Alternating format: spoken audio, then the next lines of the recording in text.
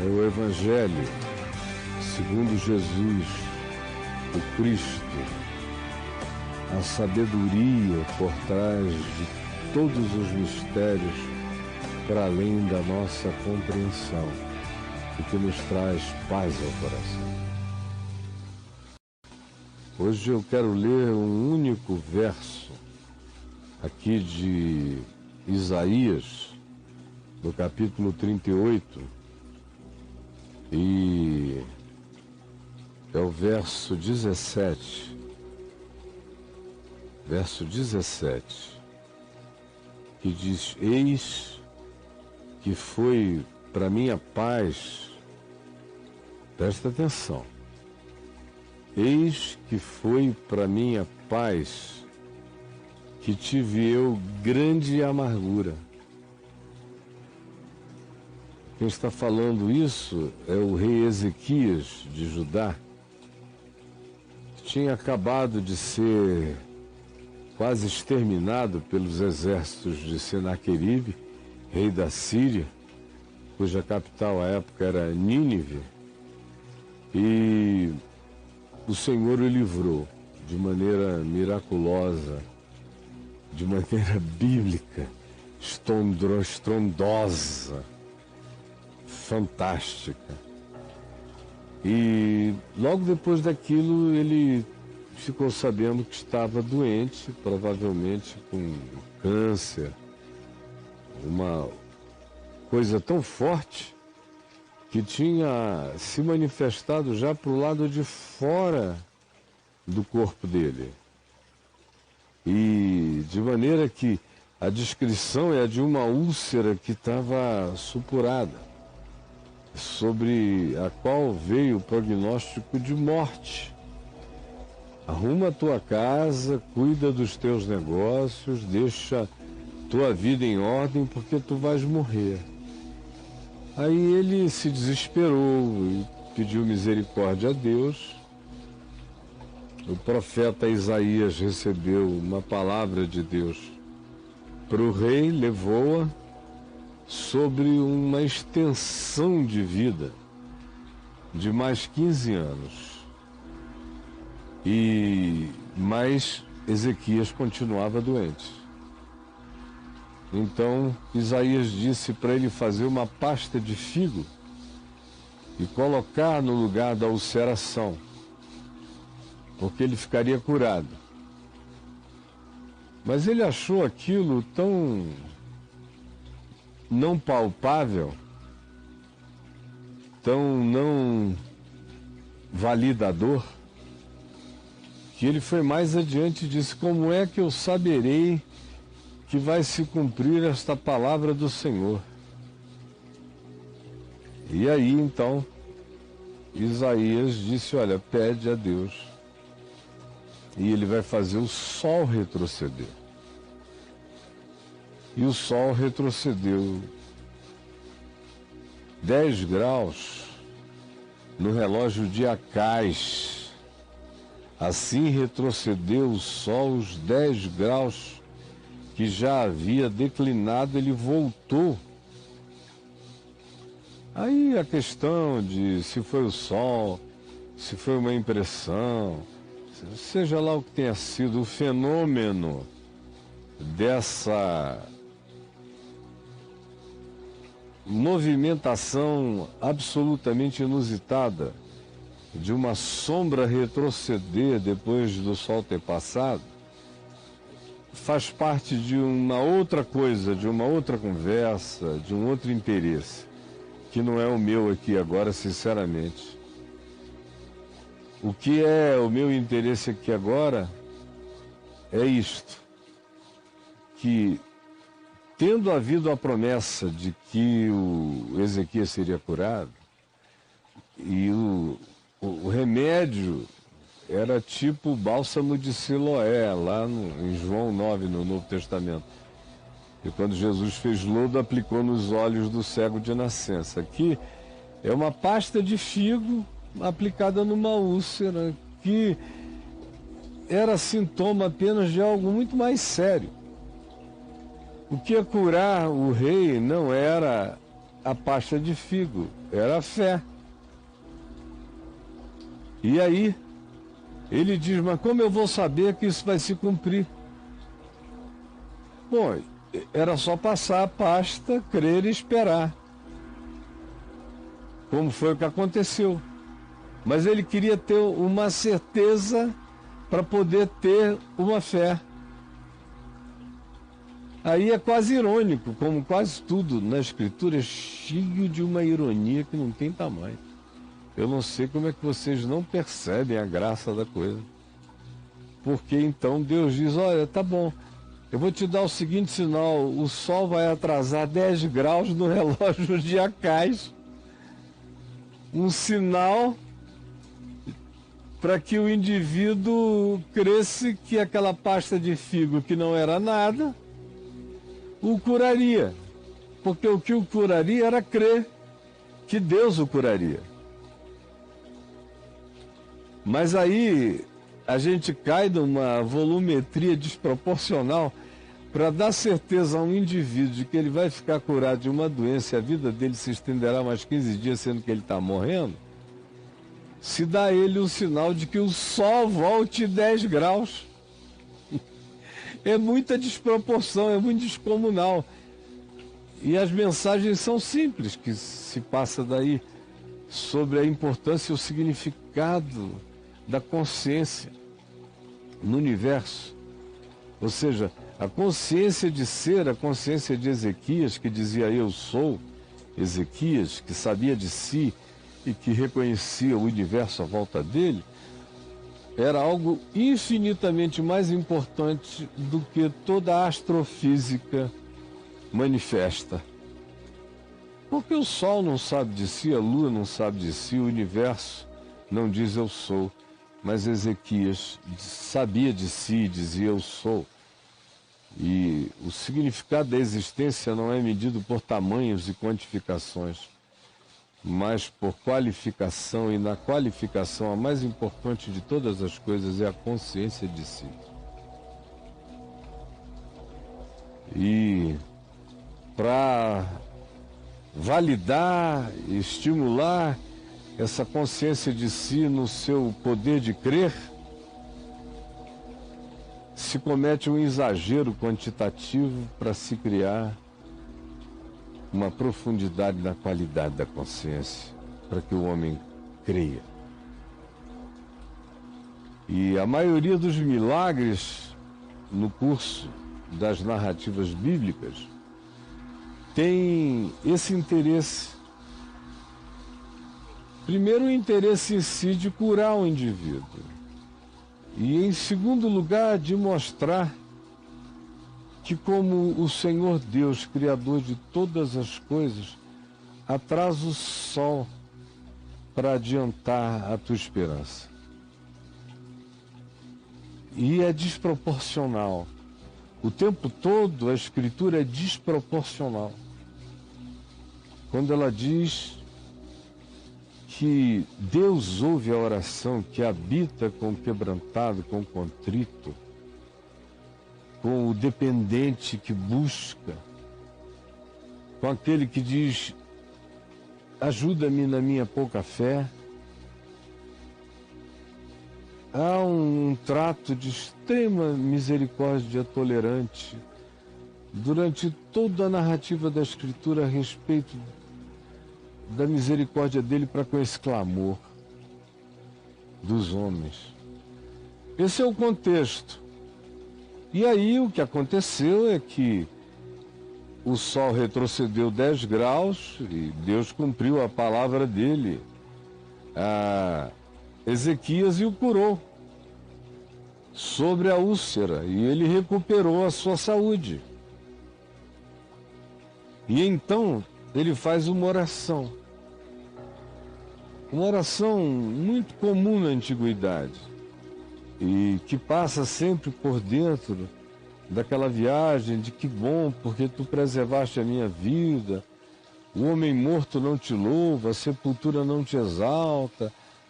Era aquele olhar apenas linear entre o berço e a sepultura, sem muita transcendência. muito pouca transcendência. Aliás, esse povo de Israel foi crescer muito em transcendência quando passou aqueles 70 anos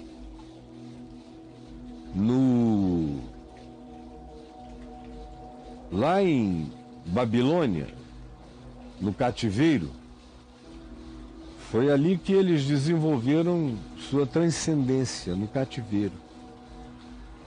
Sem templo, sem sacerdócio, sem ritos, sem nada disso, eles desenvolveram sua maior transcendência. Não tendo um lugar para ir orar, começaram a aprender a orar em si mesmos e por si mesmos, e em qualquer lugar.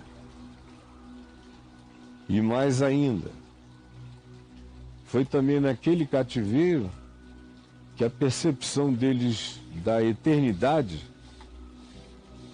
da vida eterna, aumentou enormemente. E também muito mudaram eles e cresceram e se dilataram pelo encontro com os conteúdos da sabedoria, da filosofia de Zoroastro, que era o pai da ética e da percepção filosófica no ambiente para o qual eles tinham sido levados cativos. De modo que ali é que eles aprendem e começam a transcender cada vez mais. E a espiritualidade individual se dilatou, porque se deslocou do culto para a pessoa. Então Ezequias viveu antes disso acontecer, e nele você encontra essa história de pouca transcendência, de obrigado por teres me salvado, porque um defunto não vai te exaltar. Tudo muito linear. Mas era como era assim que ele sabia e podia enxergar. Ninguém tem mais luz do que recebeu. E ele tinha a luz que tinha. Era desse tamanho aqui. Mas dessa luz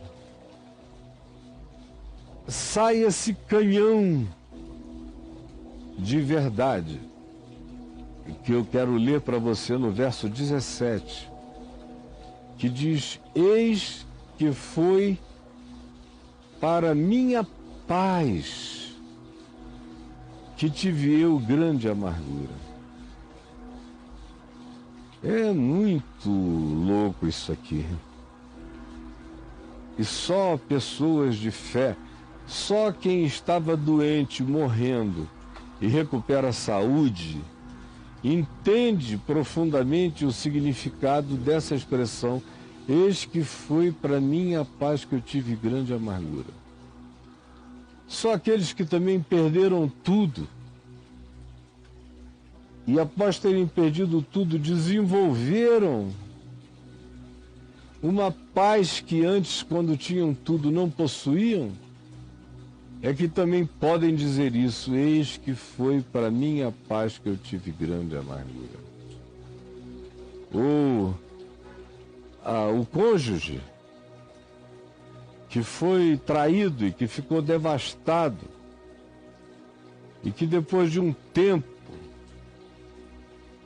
se encontrou, se achou num estado de consciência e de percepção tão mais profundo, tão mais avantajado, tão mais benditamente desiludido, sem ilusões, tão mais bem fundamentado em esperanças concretas, reais.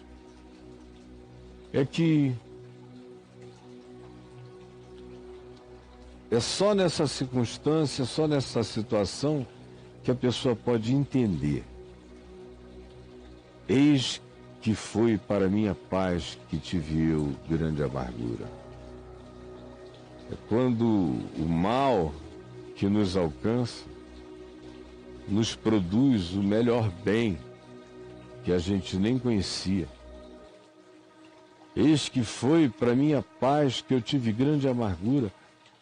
Tu, porém, amaste a minha alma e a livraste da cova da corrupção. Eis que foi para minha paz que eu tive grande amargura. E passou por maus bocados, angustiado, oprimido, anos de cerco, de ameaça de Senaqueribe, rei da Síria, sobre ele, medo, pânico, noites desesperadas, de insônia, angustiada por inimigos que não eram fruto de paranoia, eram reais, eram contabilizáveis, contáveis, mensuráveis. No mínimo 185 mil homens bons de guerra à volta de Jerusalém, com os aparatos mais poderosos do mundo antigo. E ele em desespero. Depois, Deus vence Senaqueribe sem que ele precise fazer nada. Os homens de Senaqueribe amanhecem mortos da noite para o dia. E Senaqueribe volta para casa, para Nínive, chega lá, 2 dos seus filhos o matam e fogem para o Monte Ararat. E outro filho toma o seu lugar. Acabou a história de Senaqueribe. A de Ezequias prossegue. A outra notícia que vem agora é: o mal já não é o que te cerca, o mal é o que está saindo das tuas entranhas. É o teu câncer, é essa úlcera mortal que já vazou. E aí vem toda a história que eu descrevi há pouco. E a conclusão desse indivíduo, a conclusão é essa: eis que foi para a minha paz que eu tive grande amargura. Existem certas percepções, conhecimentos, experiências e imersões na paz que a gente só ganha se experimentar a grande amargura sem amargura. Porque se você cair na amargura, os dias da amargura amargurarão você e você se tornará um ser de amarguras para sempre. Porque você se achou com razão de ficar amargurado, amargurada, por causa de dias de amargura que você viveu, de impotência. E aí, a situação, a circunstância amargurante, pode ter a amargura que tenha. Se ela não amargurar você, você cresce, você aprende paz em seu favor. Mas se a circunstância amargurante amargurar você, você se tornará uma amargura ambulante.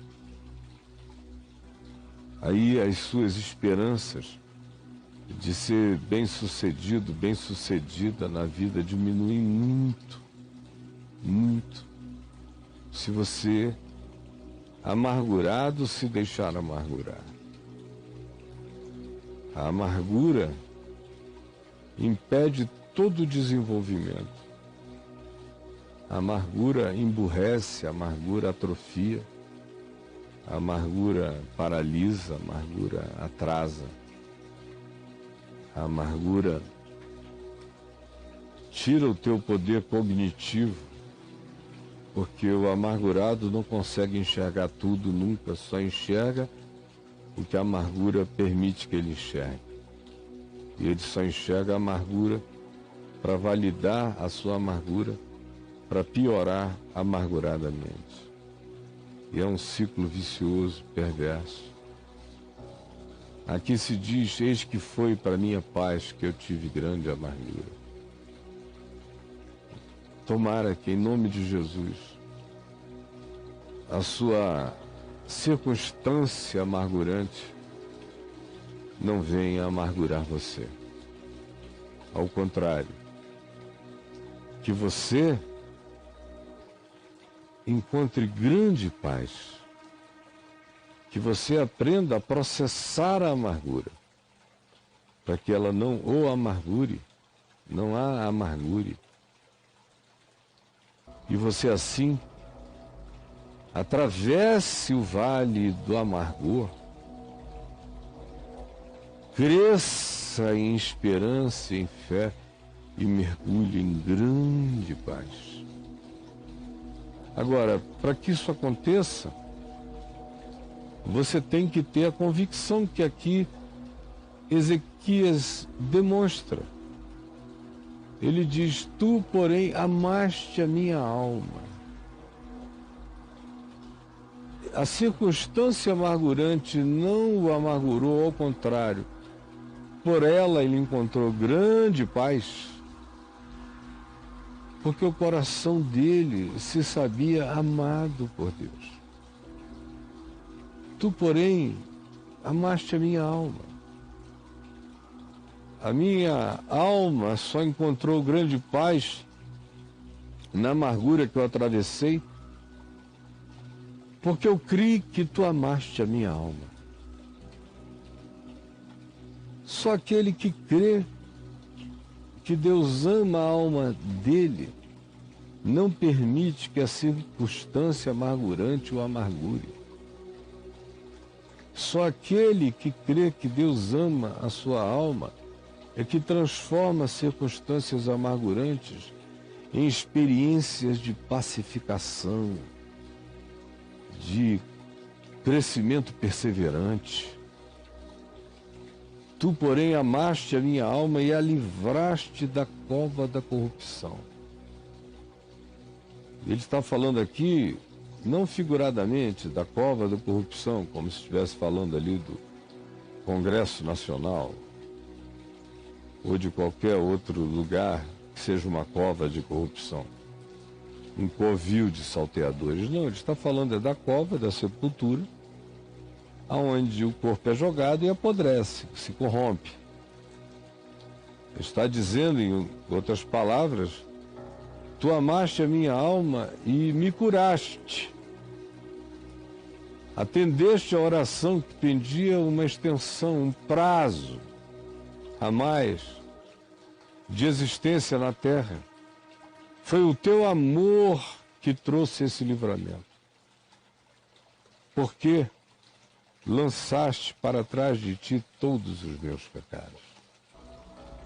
No fim, a circunstância amargurante só não amargura você, e você, da circunstância amargurante, mergulha numa paz incompreensível, se você crê no amor pessoal de Deus por você, que Deus se importa comigo, que Ele é Deus, que Ele está vendo tudo. Ele está vendo tudo. Deus está vendo tudo. Ele sabe, como diz o Salmo: tu contaste os meus passos quando eu sofri perseguições, e recolheste no teu odre todas as minhas lágrimas. A pessoa tem que ter essa certeza de que Deus sabe a verdade. E Deus me ama. E eu tenho uma relação pessoal com Ele, eu posso ter, se eu quiser.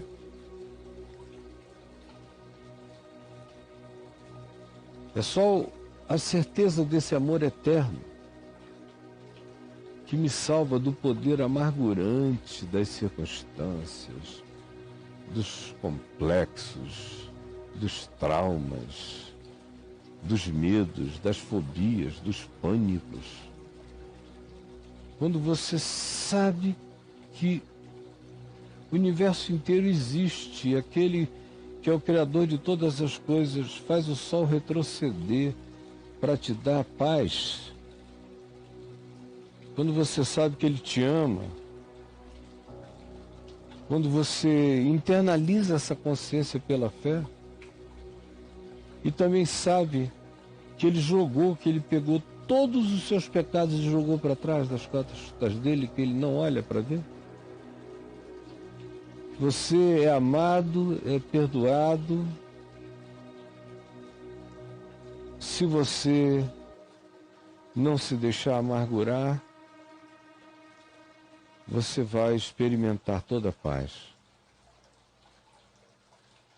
Mas tem que crer que Ele te ama. Tem que crer que Ele te perdoou, que jogou para trás de si todos os teus pecados. E tem que ter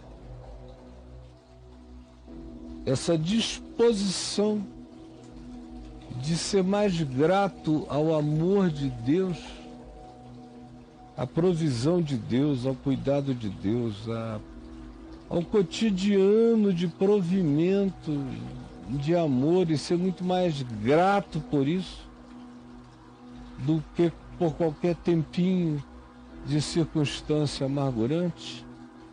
Só se a gratidão for maior do que o poder das amarguras é que você vai entrar em paz profunda e vai se tornar um homem, uma mulher maduros, capazes de dizer: eis que foi para mim a paz, que eu tive grande amargura e tribulação. Tu, porém, amaste a minha alma e a livraste da sentença da cova, porque lançaste para trás de ti todos os meus pecados. Isso aqui, compreendido e praticado, faz com que você seja uma pessoa para quem não haja karmas. Você se torna uma pessoa para a qual nenhum presente se faz definitivo negativamente.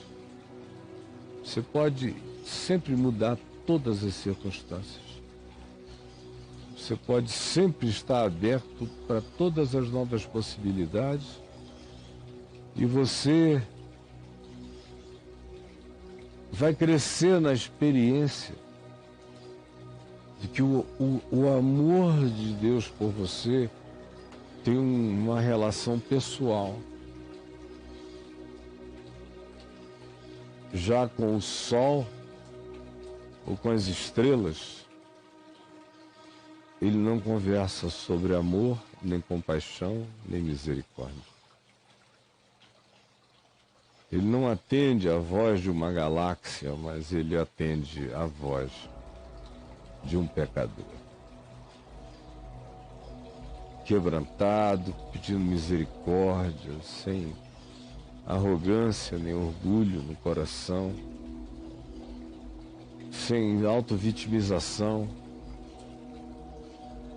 nenhuma autovitimização, ao contrário, dizendo obrigado por toda a tormenta, porque por ela eu aprendi uma paz muito maior.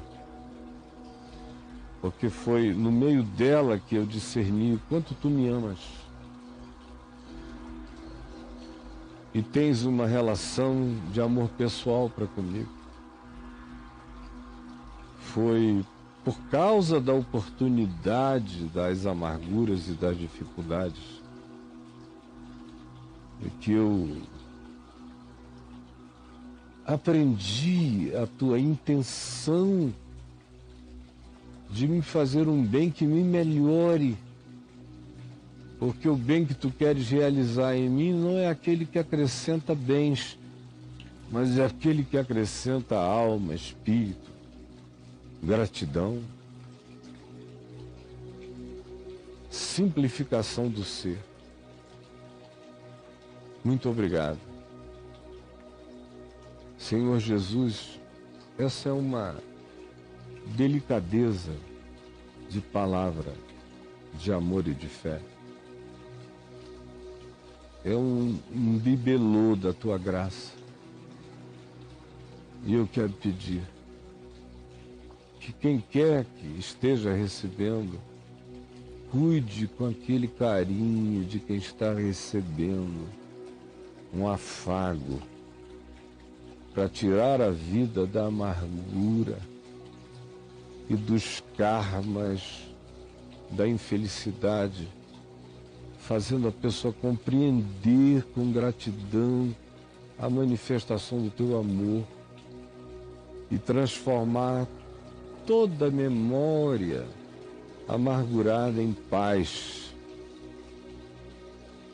não andando mais também com nenhuma culpa, porque todos os seus pecados foram jogados para trás. É o que eu peço que o teu Espírito, que é quem explica a tua palavra, faça acontecer agora no coração de muitos. Em nome de Jesus. Amém.